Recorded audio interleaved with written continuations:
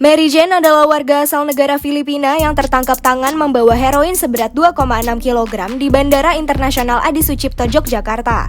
Mary Jane berasal dari keluarga miskin di Filipina yang harus pergi ke luar negeri mencari nafkah.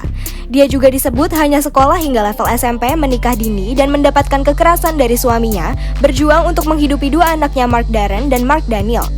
Hingga akhirnya terjebak dalam jaringan narkoba, kemudian ditangkap petugas Bea dan Cukai Bandara Internasional Adi Sucipto, Yogyakarta. Ia terbukti membawa narkoba jenis heroin seberat 2,6 kg senilai 5,5 miliar rupiah saat turun dari pesawat terbang rute Kuala Lumpur, Yogyakarta pada 2010. Statusnya kini terpidana mati setelah menjalani proses persidangan yang berjalan panjang. Mary Jane sempat mengalami kejadian luar biasa selama menjalani proses hukum. Mary Jane lolos dari maut jelang menanti giliran maju di depan regu tembak di Pulau Nusa Kambangan pada 2015. Ibu dua anak itu pernah ditempatkan di lapas kelas 2A Wirogunan, Jogja hingga pada Jumat 24 April 2015 pukul 01.41 waktu Indonesia Barat dipindah ke Nusa Kambangan, Cilacap, Jawa Tengah. Malam itu beberapa tahun yang lalu, lapas mendapatkan perintah untuk memindahkan Mary Jane ke Nusa Kambangan.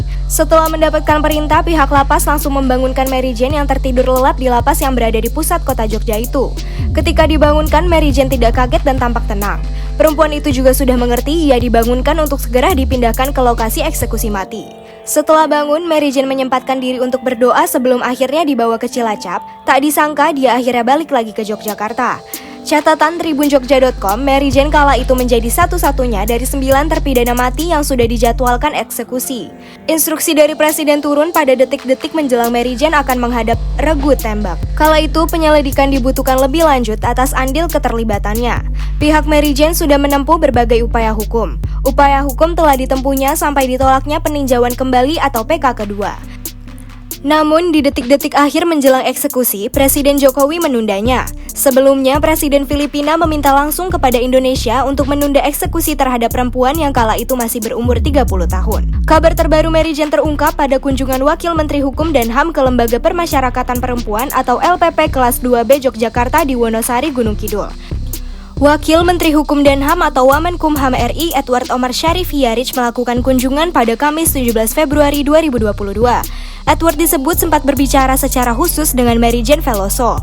Hal tersebut diungkapkan oleh Kepala LPP kelas 2B Yogyakarta, Ade Agustina. Ade menilai pertemuan antara Mary Jane dengan Wamenkumham bisa memberikan harapan terkait kepastian hukumnya. Apalagi menurutnya, aktor utama dari jaringan penyelundupan narkoba itu kabarnya sudah diamankan.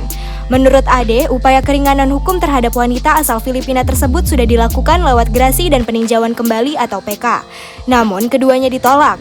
Ia pun berharap Mary Jane mendapat angin segar dengan adanya kunjungan Wamen. Apalagi menurutnya Wamen sempat memuji bakat Mary Jane yang dinilainya luar biasa.